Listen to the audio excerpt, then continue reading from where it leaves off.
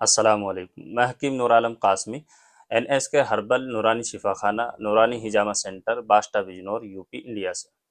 दोस्तों, आज हम बात करेंगे यूनानी सिस्टम ऑफ मेडिसिन की एक और दवा के बारे में, जिसका नाम है हब्बे बवासीर बादी। हब के माना आते हैं गोल गोली के, यानी जो राउंड फिगर में हो। ये मुफरत दवाओं को बारीक पीस कर और उस पीसी हुई दवा के मिजाज और दर्जात को पेश नज़र रखकर उसमें गूंद कीकर और बेल का पाउडर वगैरह शामिल करके बनाई जाती है। गूंद कीकर और बेल का पाउडर इसलिए शामिल किया जाता है ताकि गोलियों के अंदर चिपक पैदा हो जाए और गोली अपनी हालत पर बाकी रहे। ये मुफरत दवाओं के दर्जात को पेश नज़र रखकर 3 mm से लेकर 20 mm तक बनाई जा सकती है। और दोस्तों, पाउडर के मुकाबले में गोलियों को इसलिए अहमियत दी जाती है, एक तो पाउडर के बदमज़ा और कड़वेपन से बचने के लिए, और दूसरा गोलियों के अंदर दवा की मिकदार सही मुतय्यन हो जाती है, इसलिए लोग गोलियों को ज़्यादा पसंद करते हैं। हब्बे बवासीर बादी।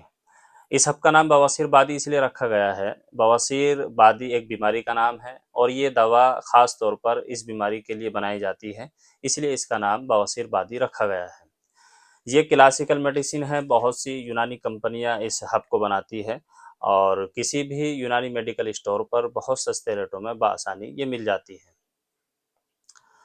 ये दवा बवासीर बादी को ठीक करने के लिए बहुत मशहूर है, बहुत कामयाब है, बहुत लोग इसे बहुत लंबे टाइम से इस्तेमाल करते आ रहे हैं, बशर्ते कि ये सही तरीके से तैयार की गई हो, सही तरीके से तजवीज़ की गई हो और सही तरीके से परहेज़ के साथ लगातार इस्तेमाल की गई हो।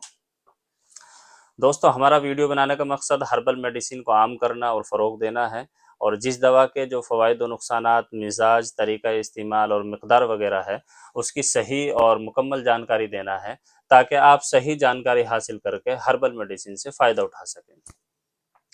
चलिए दोस्तों, अब बात करते हैं हब्बे बवासीर बादी किन देसी दवाओं से मिलकर बनती है, इसके ख़ास व आम फ़ायदे क्या है, इसका तरीका इस्तेमाल, मिकदार और साइड इफ़ेक्ट क्या है। और साथ साथ ये भी जानेंगे कि इस दवा के दौरान किन चीज़ों का परहेज़ करना चाहिए और कौन सी चीज़ें ज़्यादा इस्तेमाल करनी चाहिए। फ़ायदा उठाने के लिए वीडियो को आखिर तक ज़रूर देखें।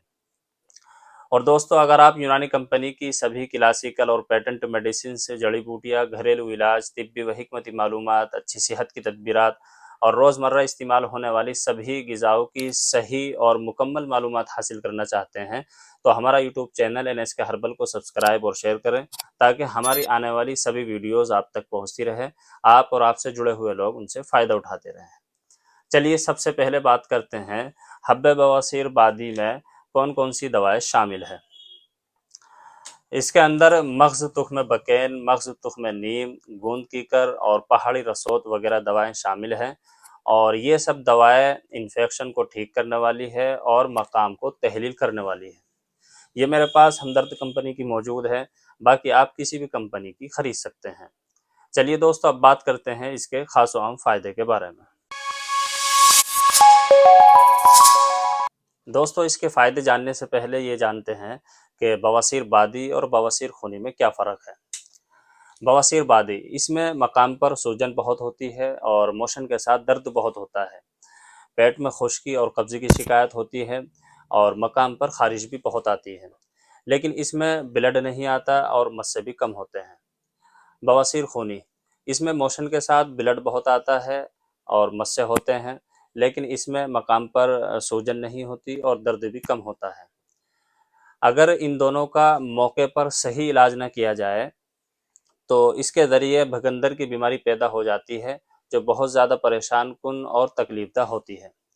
तो दोस्तों, ये हब बवासीर बादी में बहुत मुफीद है, कब्ज़ों को दूर करती है और मकाम से सूजन उतारती है और इन्फेक्शन को भी ठीक करती है।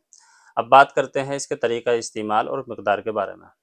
दिन में 3 बार सुबह, दोपहर, शाम 2-2 गोली ताज़े पानी से इस्तेमाल करें, और जिन लोगों को ज़्यादा परेशानी है वो हकीम के मशवरे से इस्तेमाल करें, क्योंकि इस दवा के साथ और भी दवाएं इस्तेमाल की जाती है।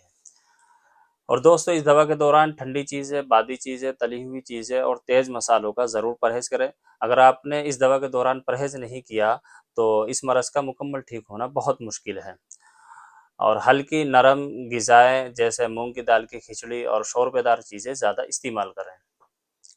दोस्तों, यूनानी इलाज यकीनन बीमारियों को जड़ से ख़त्म करता है, लेकिन इसमें दवा के दौरान परहेज़ का करना बहुत ज़रूरी है, क्योंकि यूनानी इलाज में दवा का एक अपना मिजाज होता है। अगर आप दवा के मिजाज के खिलाफ ग़िज़ा इस्तेमाल करेंगे, तो दवा और ग़िज़ा दोनों में तज़ाद पैदा हो जाएगा, जिसके बाइस मर्ज़ का मुकम्मल ठीक होना बहुत मुश्किल है। इसलिए दौरान इलाज परहेज़ ज़रूर करें।